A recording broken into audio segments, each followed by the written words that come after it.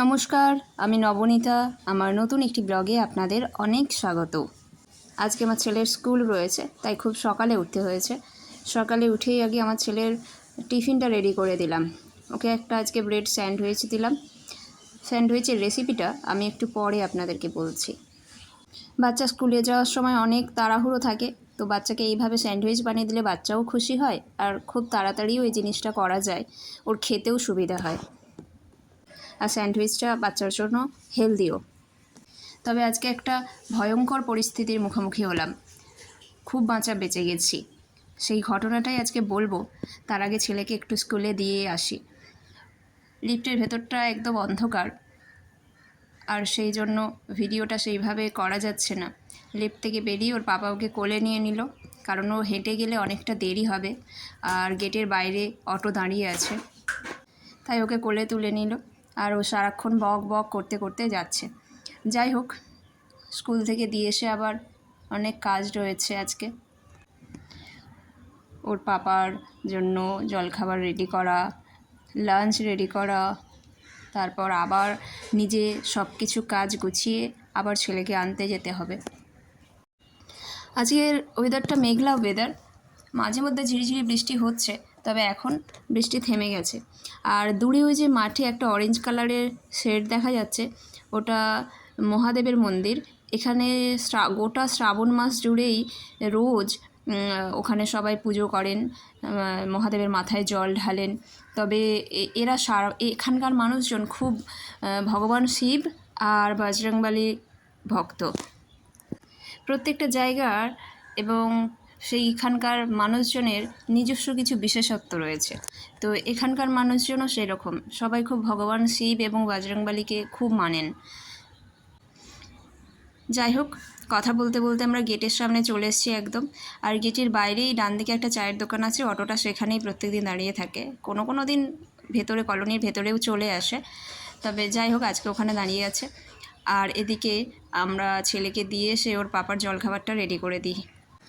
সেদ্ধ ডিম, সেদ্ধ আলু, পেঁয়াজ, পরিমাণ মতো নুন আর পরিমাণ মতো মেয়োনিজ দিয়ে আর একটু গাজর গ্রেট করে দিয়ে স্যান্ডউইচটা রেডি করে তাওয়ায় একটু বাটার দিয়ে এপিট ওপিট ভালো করে একটু সেঁকে নেব। যাদের স্যান্ডউইচ মেকার আছে সেটাও খুব ভালো, তবে যাদের স্যান্ডউইচ মেকার নেই তারা তাওয়ার মধ্যেই করতে পারে, এটাও অসাধারণ লাগে। তবে একটু ভালোভাবে করতে হবে যাতে পুড়ে না যায় কোনোভাবেই। আর আমি এইভাবেই হাত দিয়েই করি। আমি রুটিও ম্যাক্সিমাম টাইম হাত দিয়েই করি, আর এরকমভাবে ব্রেড স্যান্ডউইচ বানালেও হাত দিয়েই করি। অল্প একটু গরম লাগে, কিন্তু অসুবিধা কিছু হয় না, করতে করতে এটা আমার অভ্যাস হয়ে গেছে। যখন আমাদের মায়েরা এরকমভাবে রান্না করতো ছোটোবেলায় দেখতাম, তখন মাকে বলতাম, মা, আমি তো আমার ঠাকুমাকে বলতাম, তোমার হাতে গরম লাগছে না? আমার ঠাকুমা কি গরম গরম কড়া এমনি হাতে নামিয়ে দিত, তো বলতাম গরম লাগছে না, ঠাকুমা বলতো না সেরকম কিছু লাগছে না। কিন্তু এখন আমি ভাবি গরম তো লাগে, কিন্তু কাজটা রোজ রোজ করতে করতে আসলে সহ্য হয়ে গেছে। কত কিছুই না মায়েদেরকে, ঠাকুমাদেরকে ছোটোবেলায় করতে দেখতাম, ভাবতাম কাজটা খুব সহজ। এখন যখন নিজে করি তখন ভাবি না, এতটা সহজ তো ছিল না। স্যান্ডউইচটা প্রায় রেডি হয়ে এসছে, আর একটা আছে, সেটা করে নিলেই ডোডোর পাপাকে আগে খেতে দিয়ে দেব। তার আগে আজকে ফলের মধ্যে কলা আছে, একটা কলা দেবো আর একটু কাজু কিশমিশ দেব।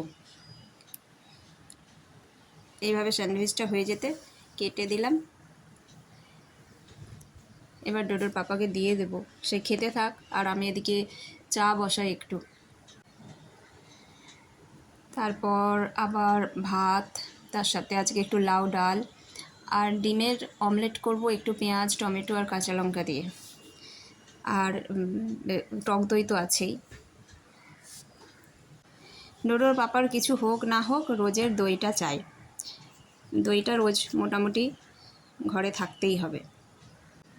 আর ভাতটা রেডি হয়ে যেতে বক্সের মধ্যে ভরে দিলাম, আর একটু বাটার দিয়ে দিয়েছি এবং ডালেও একটু বাটার দিয়ে দিলাম, কারণ বেশি কিছু যেহেতু আজকে হয়নি, একটু বাটার দিলে ভালো লাগবে খেতে। আর আমার ছেলে আর ডোডোর পাপা দুজনেই বাটার খেতে ভীষণ ভালোবাসে। মানে আমার ছেলে এমনভাবে বাটার খায়, ভাত খাবে পাশে, ভাতে তো বাটার মাখিয়ে দিই, তারপরে পাশে আবার একটু বাটার বা ঘি কিছু একটা দিতে হয়, সেটা আঙুল দিয়ে চেটে চেটে খায়। এক গাল করে ভাত খায়, একবার করে আঙুল দিয়ে বাটারে আঙুল ডুবিয়ে সেই আঙুলটাকে চেটে খায়। কী অবস্থা, আমি দেখি আর হাসি। ওর বাবাও এইভাবে খায়। ডোডোর পাপা ল্যাবে চলে গেল, এবার আমি সব কাজ গুছিয়ে আমিও একটু খেয়ে নিই। একটু দুধ কর্নফ্লেক্স, কলা আর কাজু কিশমিশ নিয়েছি, তার কারণ স্যান্ডউইচ একটা ছিল, আবার আমাকে নতুন করে করতে গেলে আবার ডিম সেদ্ধ বসাতে হবে, তাই ভাবলাম কর্নফ্লেক্স খেয়ে নিই, আবার ছেলেকে আনতে যেতে হবে। আর সব কাজ গুছিয়ে এবার ছেলেকে আনতে যাচ্ছি। আর আনতে যাওয়ার পথে এই ভয়ঙ্কর পরিস্থিতির মুখোমুখি হলাম। হঠাৎ করে দেখছি এক পাল মোষের দল রাস্তা দিয়ে যাচ্ছে। কোনো দিন আমি দেখি না এদেরকে, অনেক দূরে মাঠে দেখেছি, এরকম মেন রাস্তার উপর দিয়ে যেতে দেখিনি। আর সেই বড় বড় মাকানো শিং, আমি তো এর আগে কখনো দেখিনি। আর এই রাস্তাটা ভীষণ ব্যস্ত রাস্তা, স্কুল টাইমে প্রচুর গাড়ি যাচ্ছে, অটো যাচ্ছে। এবার আমি তো হেঁটে হেঁটে যাচ্ছি, মোষের দলগুলো যখন এগিয়ে আসছে, হঠাৎ করে দেখছি একটা মোষ আমার দিকে এগিয়ে আসছে। এবার আমি এগোবো না পিছুবো বুঝতে পারছি না, নাকি দৌড়াবো, কারণ এত গাড়ি ঘোড়া, দৌড়ানোর কোনো স্কোপ নেই। আমি ভাবছি যদি শিং দিয়ে গুতিয়ে দেয়, কিন্তু ভয় পাচ্ছি। কিন্তু আসলে তারপরে আস্তে আস্তে সামনের দিকে এগিয়ে গেছি। আমি ভাবলাম না, এগোতে হবে, দৌড়ালে হবে না, স্কুলের টাইমও, ছুটির টাইম হয়ে যাচ্ছে। তারপর আমাকে একজন ভদ্রলোক বললেন যে এত ভয় পাওয়ার কিছু নেই, অ্যাকচুয়ালি মোষটা তোমার দিকে এগিয়ে যাচ্ছে, ও কিছু খাবার চাইছে। তো আমি আরও ভয় পেয়ে যাচ্ছি। আমি যত পিছোচ্ছি বা আমি যত সামনের দিকে এগিয়ে যাচ্ছি, ও দেখছি তত আমার পিছু নিয়েছে। তো আমি আরও ভয় পাচ্ছি। কিন্তু আসল ব্যাপারটা হচ্ছে, ও বুঝতে পারছে না আমি কী করছি, আমিও বুঝতে পারছি না ও কী চাইছে। যাই হোক, স্কুলে পৌঁছে গেছি। ছেলেকে স্কুল থেকে এনে ভাত টাত খাইয়ে দিয়ে একটু ঘুম পাড়িয়ে দিলাম। তারপর ঘুম থেকে উঠে আমার সাথে একটু খেলছে। ও আমাকে বালিশের সাথে বেঁধে দিচ্ছে আমার হাতটা। আমি হাতটা একটু টেনে নিলেই হাতটা খুলে যাবে, কিন্তু আমি সেটা করছি না। তাই জন্য ও খুব আনন্দ পাচ্ছে, ও ভাবছে ওর কতটা বুদ্ধি হয়েছে যে ও আমার হাতটাকে বেঁধে দিয়েছে আর আমি খুলতে পারছি না, যেমন বাচ্চাদের বুদ্ধি হয়। ও আমাকে বকছে, তুমি পড়তে বসবে কি না বলো, নাহলে তোমাকে এইভাবে বেঁধে রেখে দেবো। মানে আমি ওর সাথে যেই কথাগুলো বলি, যা যা করি, ও আমাকে আর কি সেগুলো করছে। তো ও আমাকে বেঁধে দিচ্ছে, ব্যাস হাত খুলে গেছে, বাঁধতে বাঁধতেই হাত খুলে গেছে। এখন বর্ষাকাল বলে আর নিচে খেলতে নিয়ে যেতে পারছি না, তো সেই জন্য ঘরে ওর সাথে একটু খেলছি। এরপর ওর বাবা চলে আসলে খেতে দেব, ওকে পড়তে বসাবো, আবার রাতের রান্না আছে, তাই জন্য ওর সাথে একটু এখন খেলে নিই। আর আজকে সন্ধেবেলা একটু চাউমিন বানাবো, কিছুই না, একটু বাদাম চাউমিন বানাবো, আর ডিম দিয়ে আর বাদাম দিয়ে, আর অল্প একটু কড়াই সাদা জিরে, কাঁচা লঙ্কা আর পেঁয়াজ দিয়ে অল্প একটু নেড়ে, তাতে চাউমিনগুলো আগে থেকে সেদ্ধ করে জল ঝরিয়ে রেখেছিলাম সেটা দিয়ে দিলাম। তারপরে বাদামটা আগে থেকে ভেজে তুলে রেখেছিলাম, তবে আমার ছেলে আর ওর বাবা যেহেতু বাদাম খায় না, ওদেরকে বাদাম দিইনি। আর ডিমটাও আগে থেকে ভেজে তুলে রেখেছিলাম। চাউমিনটা যখন হয়ে এলো, তাতে ডিমটা দিয়ে দিলাম, আর 3 রকমের সস দিয়েছি, ওই সেজওয়ান সস, সয়া সস আর টমেটো সস। সসের মেজারমেন্টটা আমি আগের ব্লগে বলেছি, পরে আবার কখনো বলবো। আর এদিকে আমি এক মুঠো বাদাম ভাজা নিয়েছি। আমার আবার বাদাম খেতে ভীষণ ভালো লাগে। ওর পাপা আর আমার ছেলে বাদাম খায় না, যাই হোক ওরা খায় না বলে আমি অনেকটা বাদাম খেতে পাই। এবার ছেলেকে একটু পড়তে বসালাম, কারণ ওর অনেক হোমওয়ার্ক জমে গেছে। ও যেহেতু বলেছি আমি আগেই যে 1 সপ্তাহ ছুটিতে ছিল শরীর খারাপের জন্য, সেই জন্য এত পেন্ডিং হোমওয়ার্ক আছে, সেইগুলো শেষ করতে হচ্ছে, তার সাথে আবার স্কুলে রেগুলার যেগুলো দিচ্ছে সেগুলোও রয়েছে।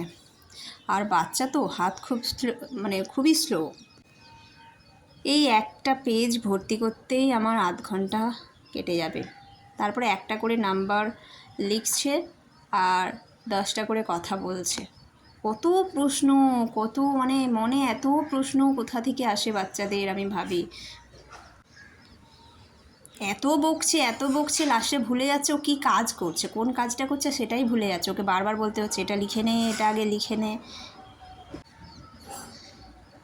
এরকম মুখের কত অঙ্গভঙ্গি আছে গাড়ি চালাচ্ছে ভ্রুম ভ্রুম করে, এই তো মুখের কত রকমের অঙ্গভঙ্গি। রুমাল নিয়ে বসেছে, মাঝে মধ্যে লিখতে ইচ্ছে না হলে কান্নাকাটি করছে, সেসব চোখের জল মুছতে হবে, নাকের শিকুন মুছতে হবে, শুরু হয়ে গেছে।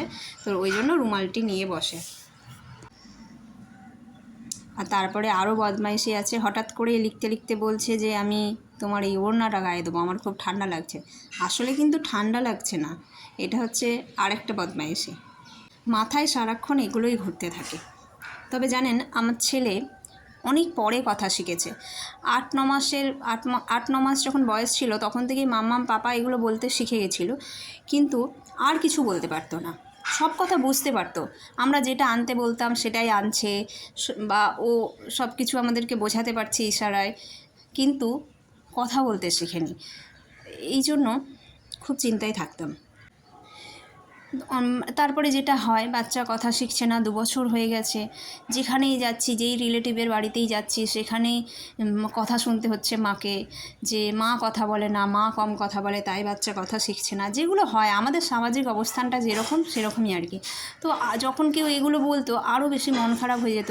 আমি অনেকবার ডাক্তার দেখিয়েছি, ডাক্তার ভালোভাবে চেক আপ করেছে, বাচ্চা শুনতে পায়, সব কিছু বুঝতে পারে, এবং বাচ্চা যেহেতু দুটো শব্দ বলতে পারে, ডাক্তার আমাকে বলেছিল ও দেরিতে, মানে একটু দেরিতে কথা বলবে, কিন্তু ভয় পাওয়ার কিছু নেই, ও কথা বলতে শিখবে।